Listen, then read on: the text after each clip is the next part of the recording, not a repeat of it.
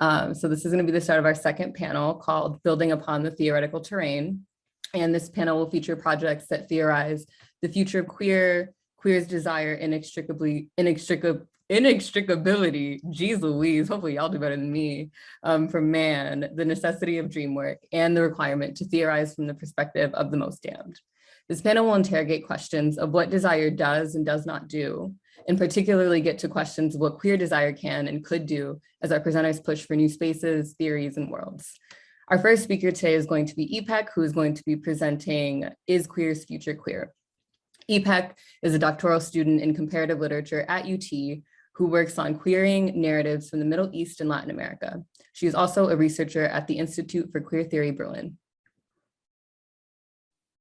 Thank you for the introduction, and thank you organizers for just making this possible.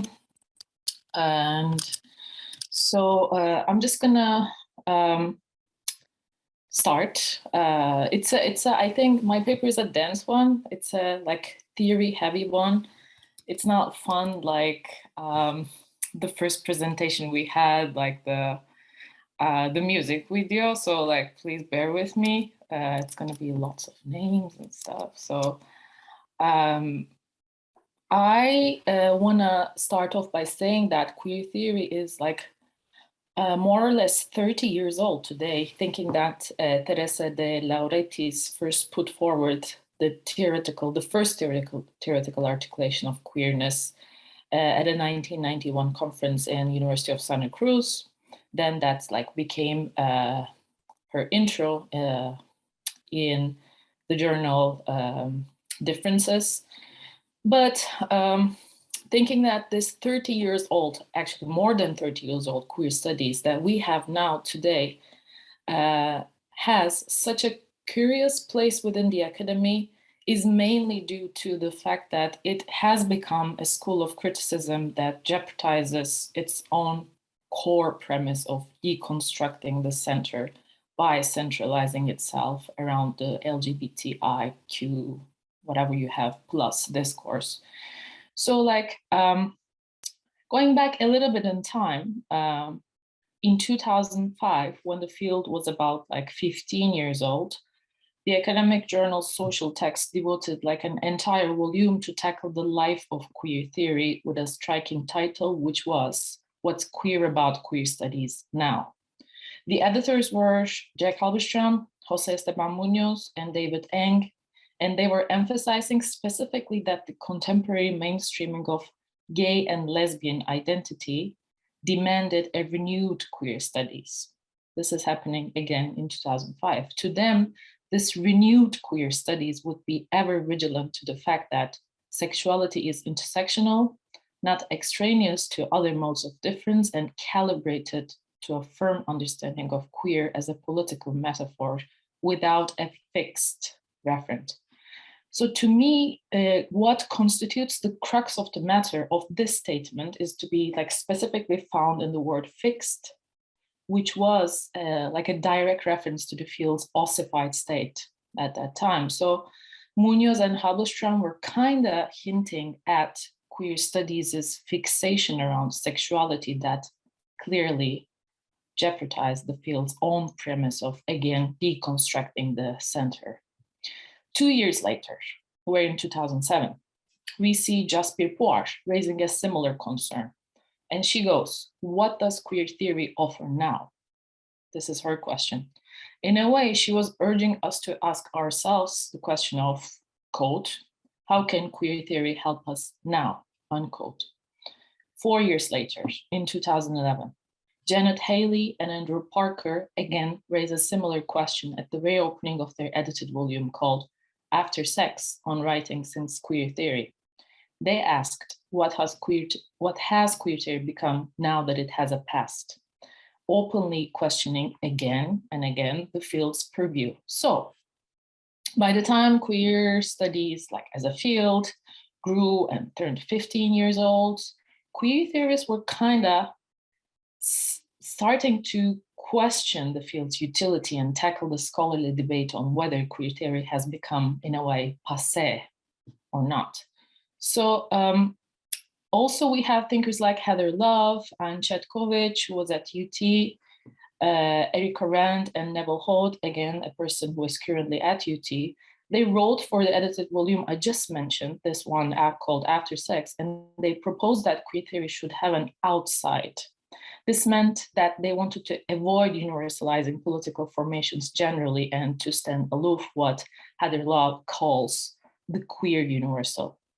So I'm giving you all these information, but what's the paper about? Like, what's up with this? What's the argument? It's like more like my theoretical basis that I use in my dissertation and in my studies and my approach towards queerness, which is me echoing these theorists' self-positioning by adding that a persisting problem that has the potential to turn queer studies into like a passé field is its hyper-emphasis on the word to be. So this, I think, goes back to what Siri just like in the former panel mentioned, this like queerness as doing thing. So in a way, put differently, what I think is that queer studies and queer thinkers' inability to cut their like umbilical cord with identity politics informed by an almost like a doxa of being, like I am queer in such colloquial expressions. This, I think, being, queerness as being, endangers the field's own longevity and sustainability. Do I have some time left? Yeah, you have about 7 minutes. Okay, thank you so much. So if so, what's the solution? So because this is a big question, while I think that there is no one answer to this, a possible approach that could break the unsustainable stability of queer studies to today can be like a slight shift towards doing rather than being. So I hark back to Judith Butler, who proposes that we should, quote, let queer take on meanings, unquote, and kind of contend that there's an urgent need to queer the current ossified, fixed understandings of queerness in a way which is, again, quote, redeployed, twisted, and queered from its prior usage and in the direction of urgent and expanding political purposes, unquote. So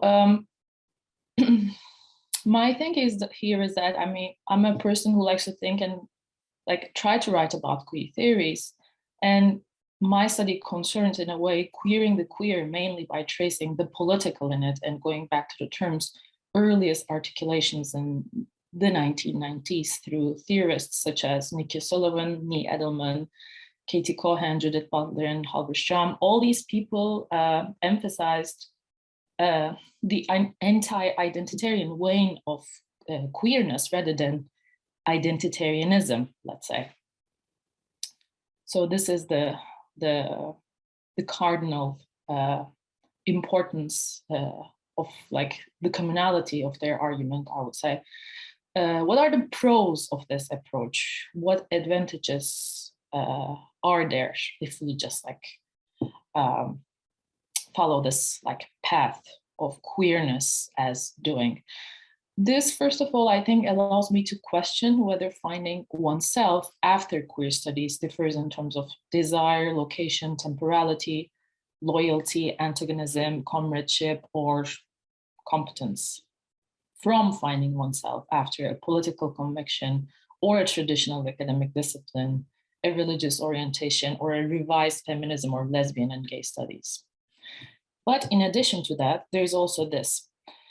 One, I think it tries to transform today's ossified understandings of queerness into an occasion of elasticity for the future of queer studies itself. And two, it perpetuates thinking upon broadening the remit of the field of queer studies.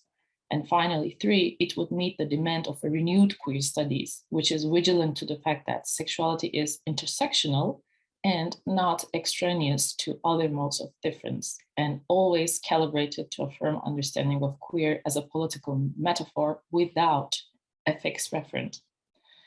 So therefore, I kind of propose that today there's a severe need for queer studies to examine the ways in which this ever-growing, like the ever-growing sexual identity categories that we see and the predefined demarcations of sexuality help marginalize and privilege individual. I mean, they have the potential to do that. So within this framework, there should be no identity, entity, or entry to queerness. Like, rather than thinking of queerness as a being, we can move towards envisioning it as a doing that perpetuates the questioning of social and cultural norms and also normalities.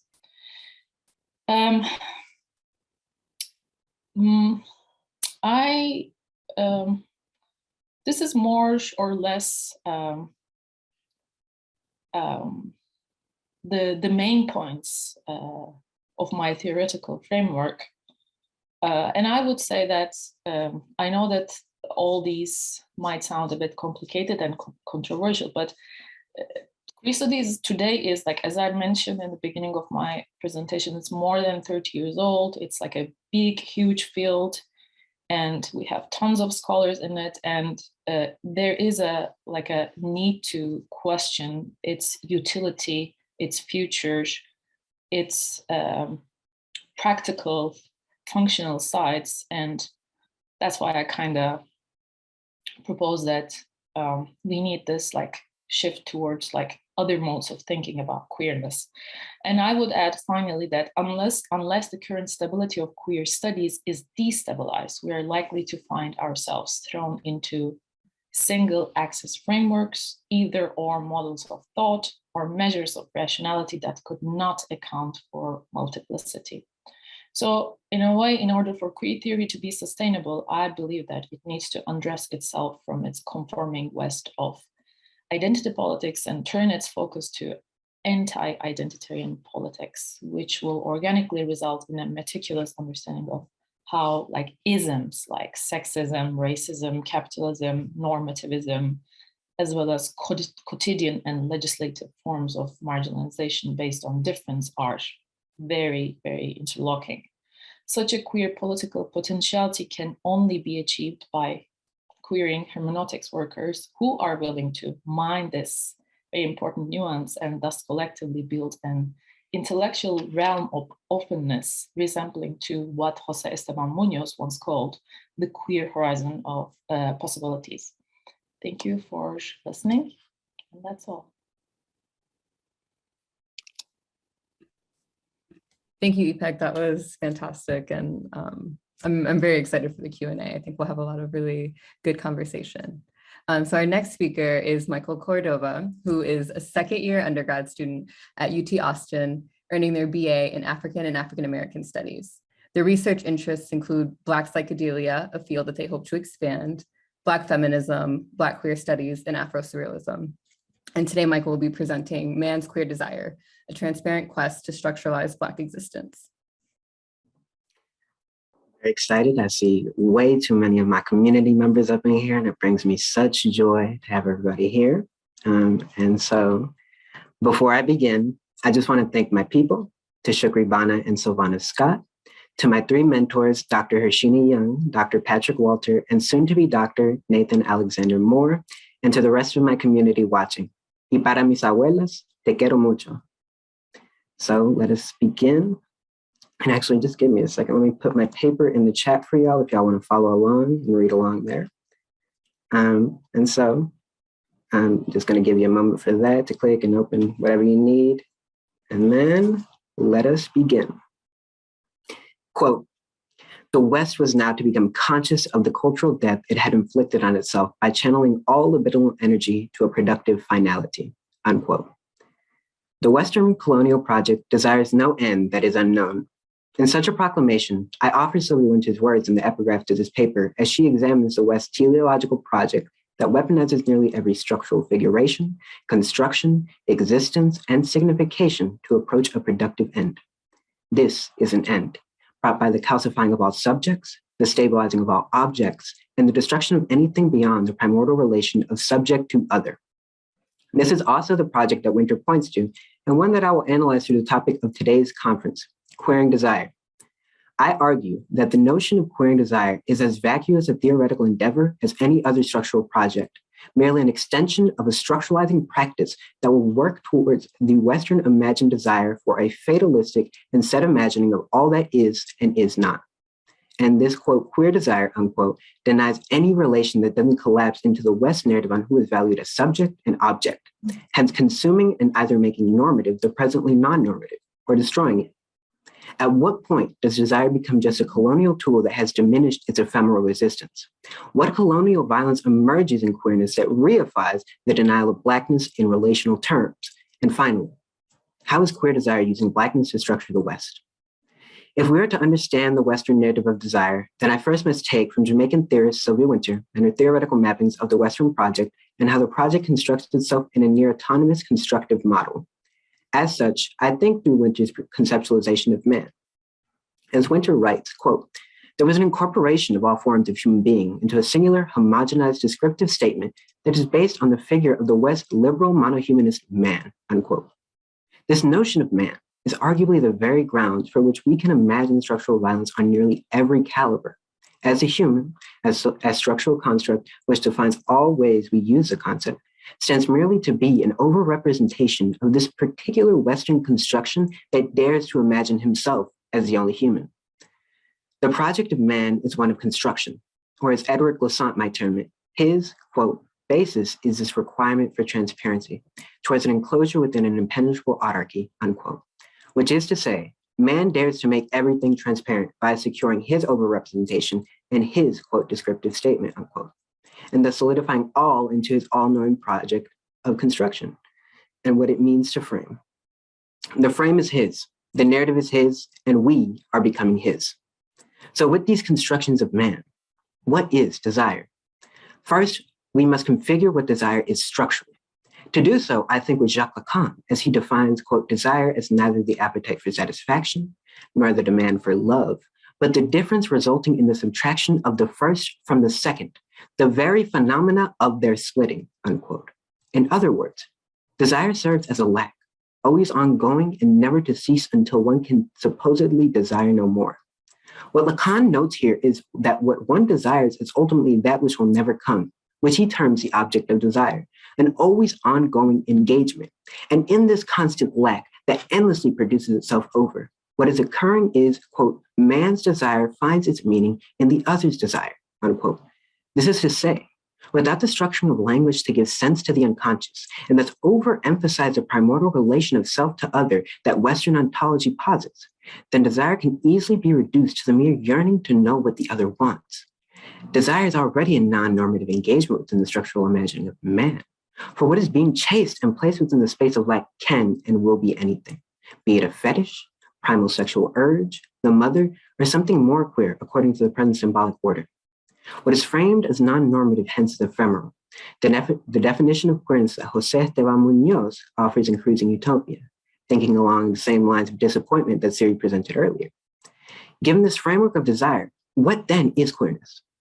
Queerness is meant to be the non-normative that exceeds, for the moment, symbolic codes and instead attempts to approach the real via the state of jouissance, as Letterman proffers. And the real, in effect, stands, according to Calvin Warren, as a, quote, catachresis that ruptures the field of representation, given that it lacks a literal referent.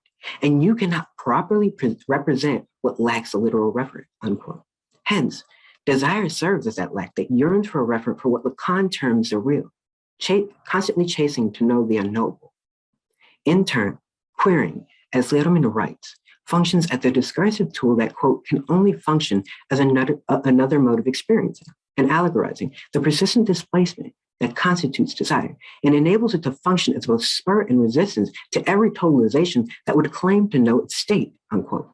In other words, queerness serves to structuralize, momentarily through the symbolic, the displacement that desire posits through not ever being able to have the object of desire.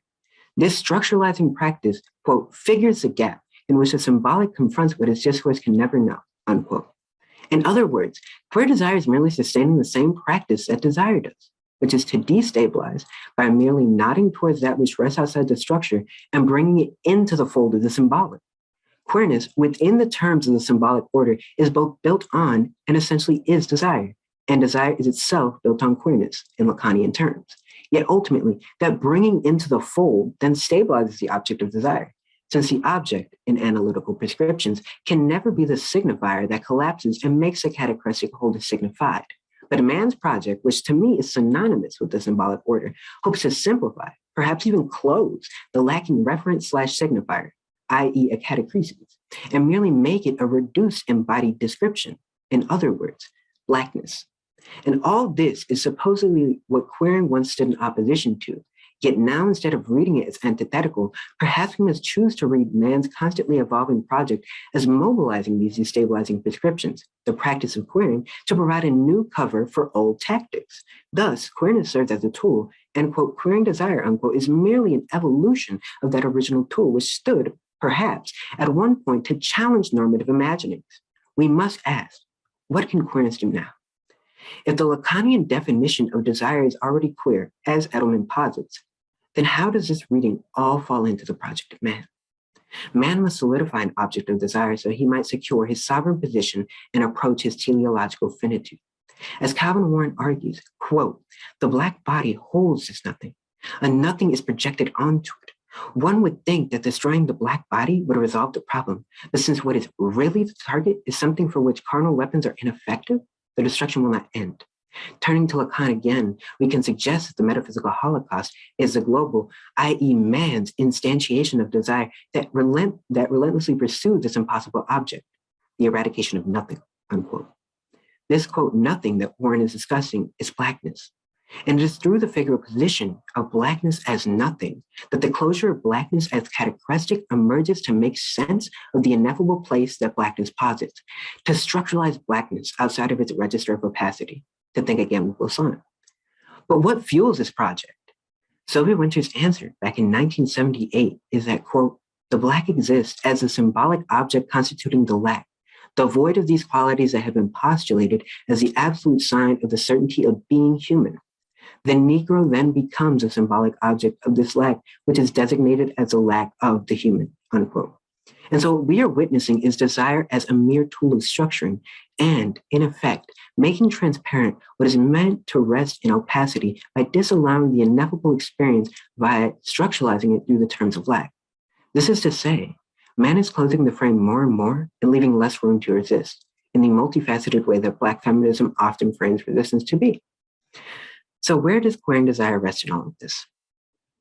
We must return to queer theory as a discursive field, especially within the academy, and ask ourselves, what is queering desire doing for Blackness? In truth, this notion of queering desire on a structural scale is a tautology. What we're approaching is a mere structural cover for desire to be viewed through a lens that might posit a semblance of another wise. Yet this is a mere ploy, because, quote, queering desire, unquote, is not going to lead to anything new. Rather, it is going to continue the same structural violence that positions Blackness as the lack to which Winter pointed back to in 78. Blackness is the original structuralized desire of man, as any archival glance into the history of colonialism and slavery might glean into this narrative. Trying to revalue desire through a practice of queering is merely going to grant leeway for such a violence to go covered for some more time. Perhaps there might be some value in queering as a destabilizing praxis, but that extends into relational discussions that arguably shouldn't be spoken towards on a structural scale, the academic space. What unstable grounds queerness might beckon holds no ground when made effable. The praxis becomes undone by theoretical verbalization. In effect, we are in the practice of deciphering within the academy. And what does that dare to do for those that dare to resist? In what terms do we partake in extending and securing the evolution of man's project? And what might it mean to approach otherwise? Thank you. Thank you, Michael, for a fantastic presentation. I'm very excited to hear more from you. And I'm also excited to hear more from you about Black psychedelia, which is, neither here nor there. But so our next speaker is Pal, the lovely Pal. They are a second-year graduate student at the Center for Women's and Gender Studies. Their research focuses on queer and trans critiques of carcerality and how transformative justice opens up new possibilities for healing. This paper is titled Healing Utopias, the Dream Work of an Abolitionist Future. Hello, thank you. Can everyone see that? Okay, great. Okay, well, I will be talking about healing utopias and the dream work of an abolitionist future. So I began thinking through this topic with the following question in mind. How do trans and queer of color critiques of harm and repair open up possibilities for healing?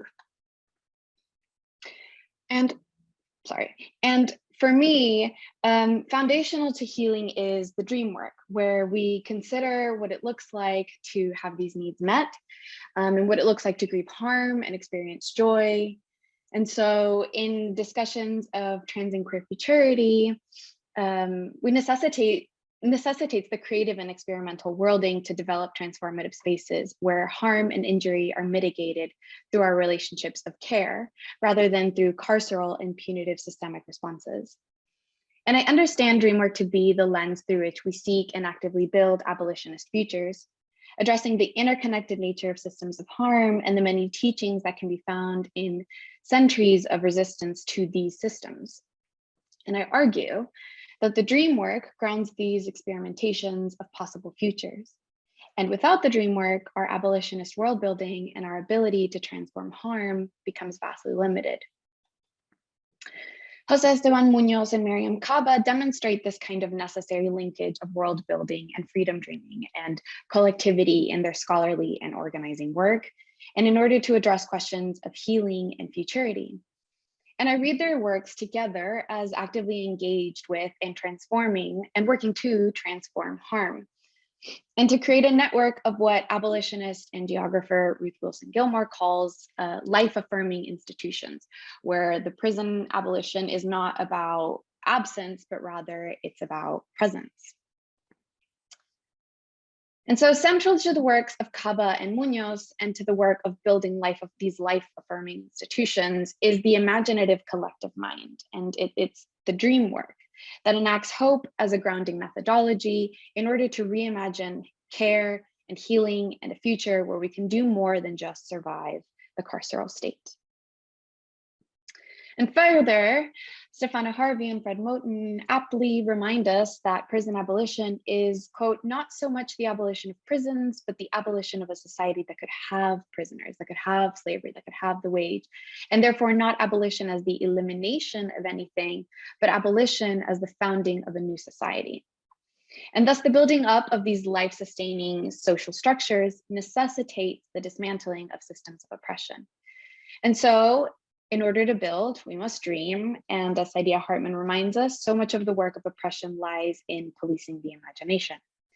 And it's through Miriam Caba's theorizing that I find an abolitionist opening in Jose Esteban Munoz's work, as they both center dreaming in their abolitionist, quote, forecasts of worlds not yet realized, end quote. And so although Munoz is not often cited as a prison abolitionist thinker, I think perhaps it is in the singular sentence, the here and now as a prison house, that we can first connect Munoz to abolition. White, abled, cis, heteropatriarchal ways of knowing foreclose, defang, and absorb that which might destabilize it. And so thus, we must be ever dreaming and destabilizing as we lean into Munoz's understanding of utopia as brimming with potentiality, and as always attuned to the idea that we might be missing something, someone, that there might be something more. And so his understanding of the present as not enough, and thus in need of dreaming to enact other ways of being in the world and ultimately new worlds, is inextricable from queerness. And here, queerness is a being and a doing, a temporality and a spatiality, a methodology and a hope. Munoz guides us through these, quote, hopes of a collective tethered to a historical consciousness, and thus the, quote, realm of educated hope, end quote.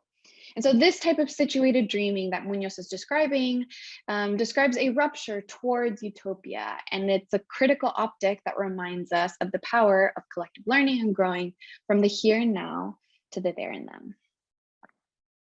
And so hope as affect and method point towards an indeterminacy, one that is capable of revision and repair and destabilization. And Miriam Caba thinks of hope similarly, as a discipline rather than as an emotion or as an optimism, For Kaba, hope as a discipline is a way to make sure that we, quote, live in the world and be of the world, end quote, and watch how it shifts and changes when we choose to imagine a different life world and then align ourselves there. Hope is a critical investment that is profoundly resistant to the, quote, stupefying temporal logic of a broken down present, end quote, as Munoz would say. And so both Kaba and Munoz view hope as a way to combat the pessimism and the cynicism that maintains the oppressive political and social structures alive. And hope in this view is not a naive delusion. It is the escape. It is a trapdoor that leads to other realms. And Munoz's use of hope as a critical methodology is a, quote, backward glance that enacts a future vision, end quote. And it conjures a future and a past to enable utopian imaginings of another time and a place that is not yet here, but nonetheless functions as a doing for futurity. And so we must look to our histories of active struggle to find the pockets where utopia exists in the quotidian, as you might say, already. Hope as the catalyst for our utopia, for our abolitionist future, must then lead us to follow the rupture that it enacts, the unreasonable, the irreverent wilderness, and not a pathway that is bound to the limits of that which keeps the state alive and well. Abolition is an analytic lens and a praxis that gives us room for new visions and allows us to write new stories together. And Kaba recognizes that hope is vital to that which will bring us closer to an abolitionist future, but she doesn't shy away from the disappointment that accompanies resistance, but leans into a collective care rather, as does Munoz, as an indispensable tool for transforming imagination in our imaginings. So not only is an abolitionist future central to Munoz's utopia, but I think in fact, they are the same potential futurity. And I use potential here in the same way that Munoz does, where it is not yet here, but it is imminent. And so potentiality, unlike possibility, is not a thing that might happen. Rather, it's an eventuality that is not yet here in the here and now. And so thinking of abolitionist futurity as a utopic potentiality rather than as a possibility allows for hope to take root, and for us to make a collective shift away from accepting the carceral state as this sort of like social inevitability.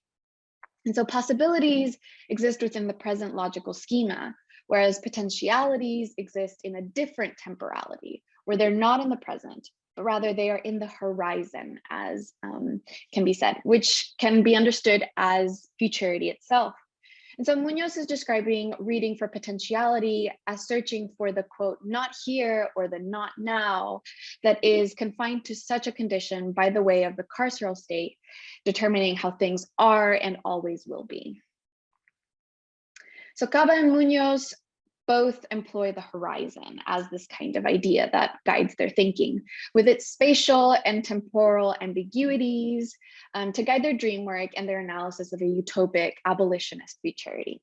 Munoz describes utopia's potentiality as a horizon of possibility.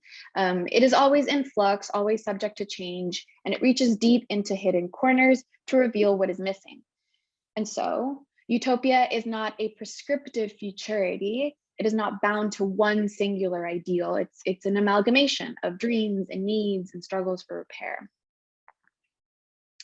And it leads us to wonder and always wonder what is missing. And it urges us to consider that there is always something missing, that there's always someone missing. And an abolitionist future is bound to the same sort of fluctuating futurity. The dreams that build an abolitionist future are collective, and thus utopia lies on the horizon, not necessarily out of reach, as one might think, but instead on the horizon as in always in motion. Miriam Kaba's use of the horizon maintains this goal of a new world at the forefront of the movement's demands. And she centers the dream work without idealizing a world without harm. That's not what she's doing. And this simultaneity of past, present, and future is the temporal rupture caused by the dream work of an abolitionist utopia, kind of keeping an eye in the past and in the present and towards the future. It's untimely. It's measured within the here and now and the there and then. And the temporality of abolition lies not in a single revolutionary event, but rather as an imminent modality. Muñoz's conceptualization of utopia through space, movement, and imminent temporalities provides an enriched yet uncomfortable foundation where dreaming collectively can be as pleasurable as it is painful. And his reliance on hope as the modality through which we access our queer and free futurity propels us with an urgency, as well as it holds us when disappointment strikes. Miriam Kaba guides my reading of Muñoz as crafting new visions of hope and repair, and as exploring paths to queerness, that we can expand or contract our ability to dream our way toward an ever transformative queer of color futurity. Our abolitionist futurity then lies on the horizon, and building strength through diligent and imaginative hope and dream work. These paths are untrodden and they're not delineated by the state and therefore experimental and subject to splendid failure, growth, and ever-shifting aspirations. Again, as Ruth Wilson Gilmore asserts, that abolition is a presence, meaning that abolition is life in rehearsal, not a recitation of rules, much less a relentless lament, is one that I return to as a guide through the carceral terrain and into healing. And so I position both Miriam Kaba and Jose Esteban Muñoz as actively participating in the rehearsal and experimentation of life, where harm is transformed and healing is imaginable and survival is central, and the relentless lament is simply not possible.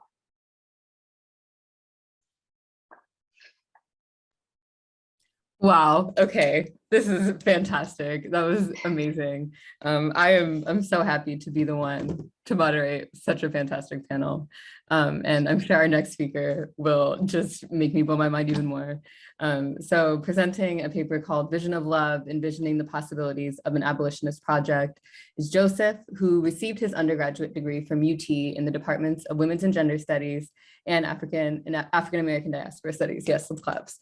They are now on track to receive their master's from UT in the Department of Women's and Gender Studies. Hello, I'm so glad to be here. Okay, let me share my screen real quick.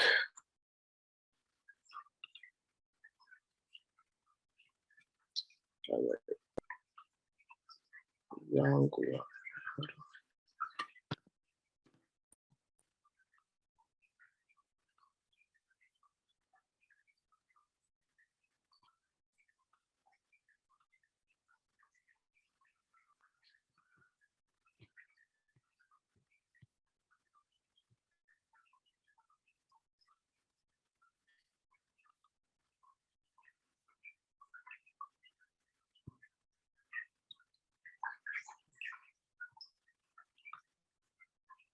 Okay, I'm just gonna read off my notes because it's not sharing the right screen. I don't know why it's doing that. So I hope that's okay.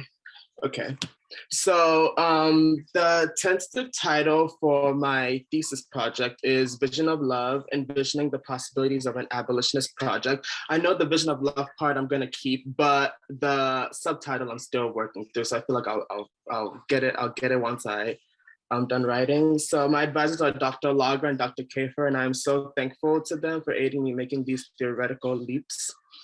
The abstract. This project evaluates the possibilities of abolition as a project of liberation in order to reach a new human constitution. This new constitution should not be predicated on the subjugation of Black lives. Following Black feminist and Black Marxist tradition, I postulate beginning and theorizing a project of freedom must begin from the perspective of the most oppressed, the most damned, the most subjugated, defined as Black transgender women in this work. Black transgender women's oppression at the mercy of the carceral system is why I posit prison abolition as the first step of a broader and systematic abolitionist undertaking. Black transgender women's societal position within the margins of society means their liberation will foster the liberation of many more subaltern populations. Abolition exists here as a political reset, one that seeks to undo the systems that perpetrate oppression and reinstate new and equitable systems. So the meaning of the title, Why Vision of Love? The title stems from the imaginary work that is required to actualize an abolitionist future to reach this new human upon the horizon. In order to reach this new construction, we must be able to imagine new possibilities and envision new realities. this new abolitionist vision must be predicated on love. Sylvia Wynter tells us the rule is love, and Bell Hooks tells us only love can heal the wounds of the past. And this thesis, specifically the title, Love is Far from the Heteroromantic Dynamic That Is Fed to Us. Here, love is struggle. Here, love is the ticket to freedom. Assata Shakur emphasizes love is contraband in hell, because love is an acid that eats away bars. This statement exemplifies my assertion of abolition as a vision of love. If I define abolition as the destruction of this society predicated on the imprisonment of marginalized communities for the creation of a new, then Wynter, Hooks, and Shakur highlight that love must be central in such a plight, or such a plight stands the possibility of actually getting us to an authentic articulation of love that cannot exist in this current context. So the key three terms that guide this thesis are decolonization, abolition, and revolution. Frantz Fanon's clear and unwavering notion of decolonization is where I situate my own theories of decolonization, abolition, and revolution. So decolonization, according to Frantz Fanon, is a total transformation. It is a project of complete disorder in order to reach a liberation in total sense. He asserts that decolonization is always a violent phenomenon because it restructures society at the species level. At the species level, it is the replacement of man's delineation of humanity with one that rethinks our collective humanity. Abolition, it is no doubt that W.E.B. Du Bois's and Angela Davis's offerings about abolition democracy inform my own theories. However, for this project, I believe I must exceed the parameters of abolition that were given in order to articulate another possibility. And this thesis, abolition functions as a step in a complete decolonial process. And abolition exceeds revolution because it seeks to exceed beyond the beginning. Revolution represents a beginning, an onset, or an opening. Here, prison abolition is a revolution because it serves as an opening into a larger scale project of abolition, inching us closer to a decolonized future. So chapter one. Chapter one answers why abolition. Here, I posit abolition as the third event, according to Wynter, needed to get us to this new human on the horizon. This chapter answers the question by drawing on Black Marxist theory via a critique of capitalism. Capitalism is re-articulated into racial capitalism, and mass incarceration is highlighted as the continuation and mirroring of slavery, highlighting the abolition of slavery, the 13th Amendment, as a ruse to continue the terror of racial capitalism via mass incarceration. This chapter also discusses reform and abolition and highlights liberalism as a weapon of the colonizer.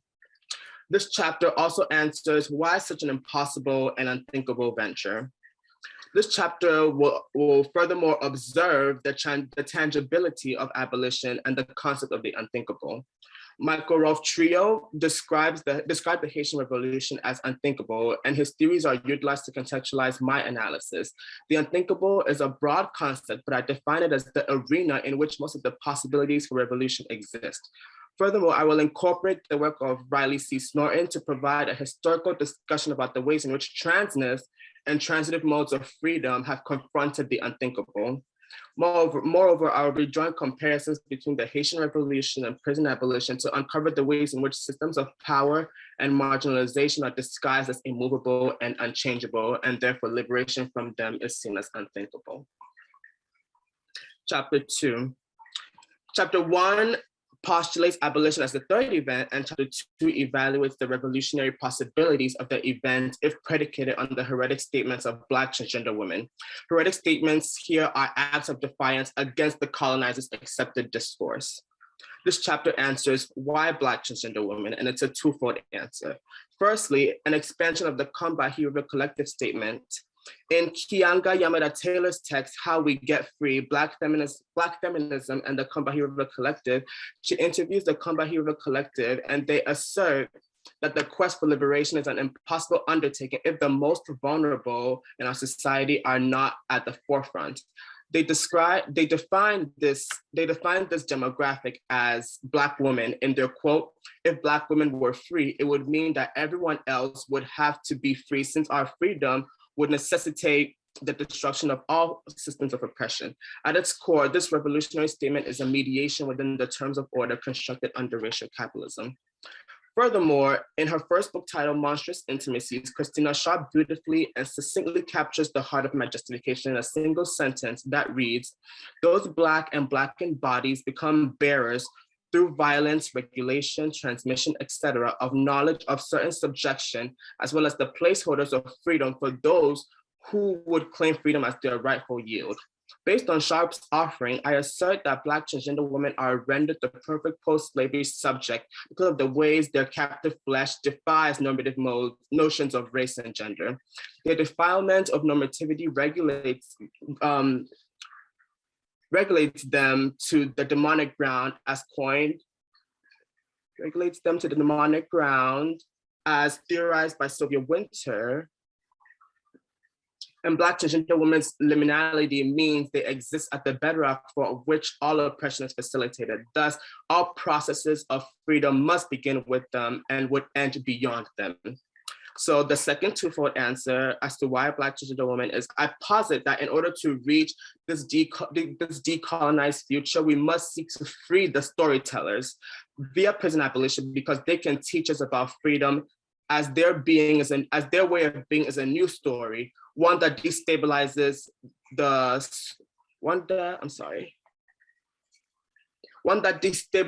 colonizer's story disguised as truth. So the origin story we have of human at man one, man two, Black transgender women avert that story. They subvert it in their way of being. So what is the significance of stories and storytellers here? According to Sylvia Wynter, the struggle we face is the human versus ethno-man who has been overrepresented and masquerading as the human. In order to reach the freedom that awaits us on the horizon, we must access a new descriptive statement based on biology and culture, one that acknowledges the human as praxis, narration, and makes the measure of the world. In this chapter, I assert and showcase how the high incarceration rates and social death of Black transgender women is by purposeful design. The criminalization of their being is required to preserve the master's order. This chapter highlights how the state always seeks to silence the heretic statements of Black transgender women because they threaten to tell another story. Okay, and the last chapter begins by addressing hesitations of abolition via an analysis of sexual violence behind bars and how that sexual violence bleeds into the outside society. This chapter also addresses what to do with perpetrators of violent offenses. Furthermore, it evaluates examples of heretic statements, interventions, and storytelling, and posits them as abolitionist practices. This chapter will also highlight alternative forms of justice theorized by Black transgender abolitionists. And that is all I have. Thank you. Thank you, Joseph. That was fantastic. This was such a phenomenal panel. I want to open it up to the panelists to see if anybody wants to respond to each other's work. And then feel free to unmute, ask a question, give a comment. You can also write a question in the chat and I can ask the panelists as well.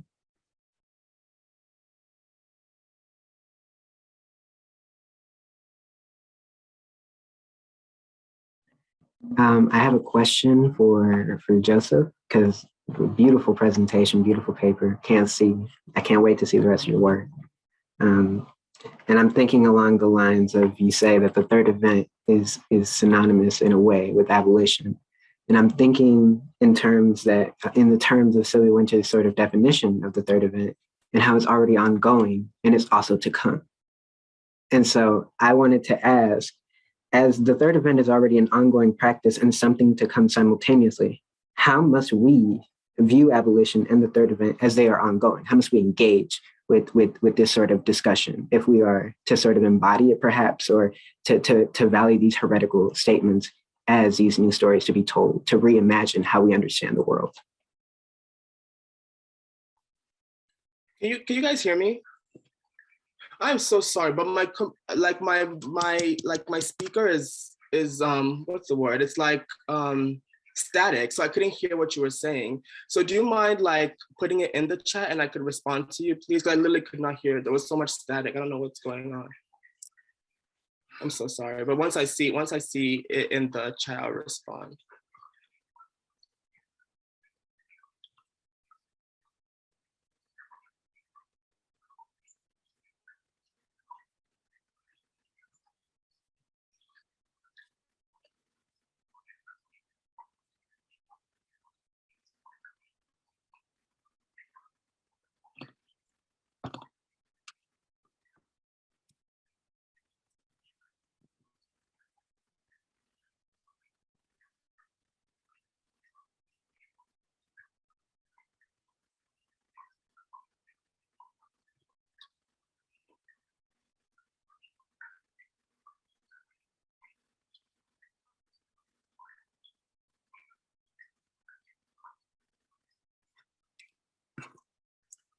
Okay, I think the way to do this is to literally just keep telling stories.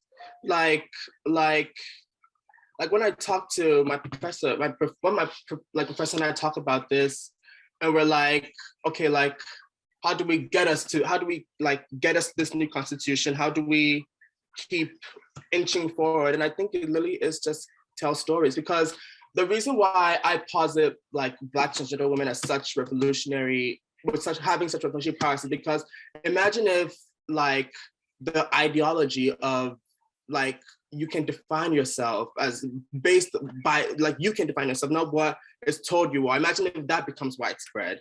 So I think literally like the practice of just like telling stories and like reinventing and like just figuring out who we are outside of what we're told we are, I think is the way to do it. Like literally just like telling stories. Because for an example that Winter gives is like in South Africa, the very first recorded groups of humanity, all they literally did was tell stories. So we don't know what else they did, but we have recordings of them. There's like literally a cave in South Africa where we can see their stories recorded. So we know from our earliest like human interactions, that's what they did. We don't know what else they did, but we know they told stories. So I really think us just continuing to tell stories and just keep going. Well, it's what can get us there and can like serve as new descriptive statements, I think. So yeah. Thank you for that. Thank you all. Yes, thank you, Michael and Joseph. I want to open up that question to Ipek and Pao to see if you have any reflections on that.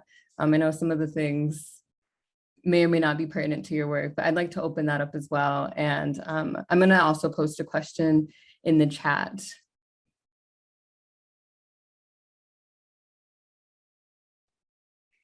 I don't know that I have like a better answer or anything really to add to what Joseph has already said, which I think is really great. And I think for me, like what has stood out most from your presentation, Joseph, and just everyone here, in particular, it made me think a lot of like the legacy and lineage of like Miss Gracie Griffin Major, who a lot of her work has been in like creating collectivity, but a lot of it is also super rooted in storytelling. And that is like a really big power that she has, and has been able to create a lineage of Black trans women that have preceded her time and also like followed after, that also engage in this like big, beautiful practice of storytelling. And I think that that's like the first thing that popped into my mind.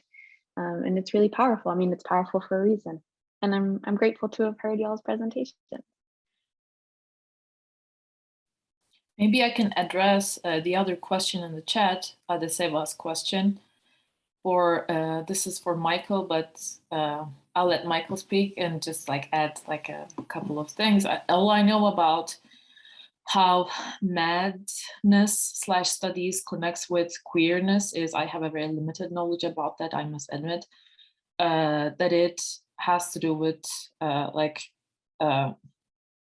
it speaks to this word locura, in the study of like queerness within the framework Latin American culture, and Latin American literatures. So it was used as like a interchangeably for like to refer to non-heterosexual individuals, like a pejorative term, and it was like then reclaimed, like some nice expressions of it, and like can be seen in Pedro Lemebet's works as well as Jose Esteban Muñoz's works. So that might be like a apropos address to check out related to madness and queerness. But other than that, Michael should know better than I do. So I am mad. I am crazy. I am the insane, if one might put it.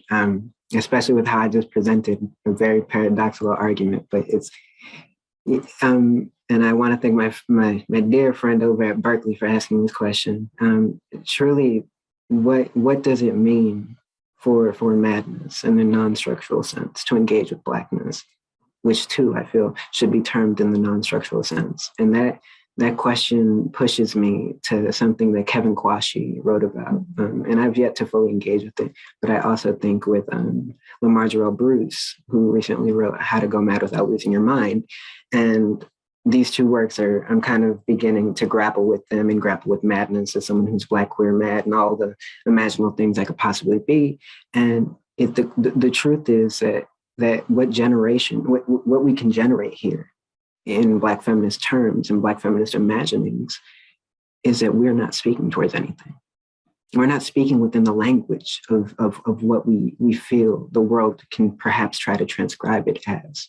Rather, what we have is incommensurable. What we have won't be translated. What we have will be enacted, embodied, actualized in ways and prescriptions that can't even be fathomed. That is the ineffable. And that is arguably the space of generation nowadays, because the institution and the academy, and I think there's a second question about the kind of paradoxes of reclaiming all these discourses within the academy, is that ultimately nothing I say is in truth, I cannot generate in any way that isn't structuralized, but I also can generate in ways, in terms that are relational, in terms that are outside the discursive imaginings of man, because I am completely insane. And that's the beauty of it all. Because at the end, the Black is mad. The Black is queer. The Black isn't queer. The Black isn't mad. It's all difficult. It's all paradoxical. It all collapses in on itself. The moment that and once man begins to tabulate that, when man puts that into his calculations, that's the question we have to start asking. What occurs then? What do we do then?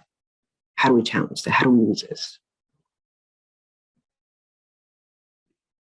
That was a fantastic question. And I think ending on this question about, resistance and what can be generated is really critical and really key. One last time, I just want to invite anyone, if you have any questions or comments for the panelists, please leave them in the chat. Panelists, please also drop your emails in case people want to reach out to you to talk about anything. Thank you all so much. Fantastic work. There's so much to think about here, and so excited to keep up with what you're all doing. With that, I'm going to hand it back over to Patty. Hi, everyone. Okay, yeah, that was a wonderful, wonderful panel. And thank you, everybody. So we're going to break for lunch. This room is going to stay open, but for the next hour, we'll be back at 1 p.m. for the next panel, which is titled Interventions from the Global South. Very, very excited for this one. And it starts at 1 p.m. Central Time. And if anything, please reach out. And let me share the website one more time. This is where all the Zoom links are. If you find more information, and yeah. And I hope to see y'all in a bit.